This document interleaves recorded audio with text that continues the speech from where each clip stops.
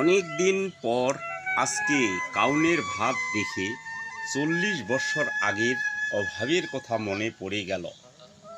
এই কাউনের ভাত অভাবের দিনে বন্ধু হয়ে পাশে দাঁড়িয়েছিল।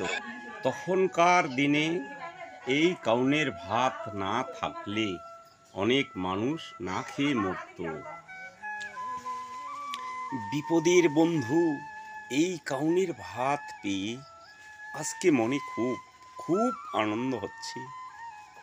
চোখ দিয়ে আবেগের জল গড়িয়ে পড়ছে, কারণ অভাব চলে যাওয়ার পর থেকে এই বন্ধুকে হারিয়ে ফেলেছি।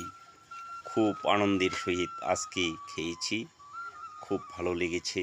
আচ্ছা যাক বন্ধু, অভাবের সময় কে কে খেয়েছেন আর এখনকার দিনে শখ করে কে কে খেয়েছেন, কাকে কেমন লাগে এবং কে কে কোনো দিনও খাননি কমেন্টে জানাবেন।